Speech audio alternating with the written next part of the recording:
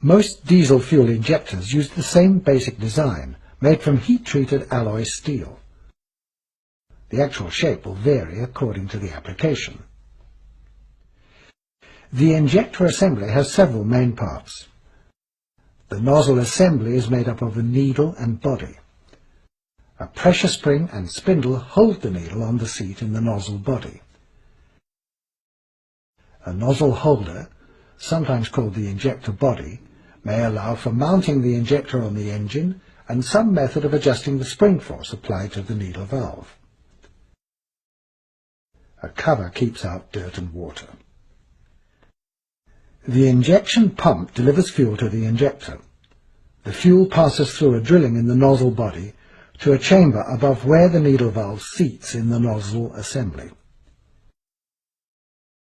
As fuel pressure in the injector gallery rises, it acts on the tapered shoulder of the needle valve, increasing the pressure until it overcomes the force from the spring and lifts the needle valve from its seat.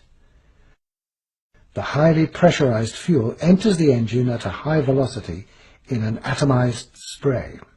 As soon as delivery from the pump stops, pressure under the needle tapered shoulder drops, and the spring force pushes the needle down on the seat, cutting off the fuel supply to the engine. Some of the fuel is allowed to leak between the nozzle needle and the body to cool and lubricate the injector. This fuel is collected by the leak-off line and returned to the fuel tank for later use. There are two main types of injector nozzle, hole and pintle. Hole-type nozzles are commonly used in direct injection engines. They can be single-hole or multi-hole, and they operate at very high pressures, up to 200 atmospheres. They give a hard spray, which is necessary to penetrate the highly compressed air.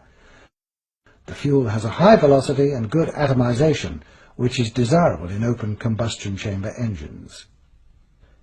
In pintle-type nozzles, a pin, or pintle, protrudes through a spray hole.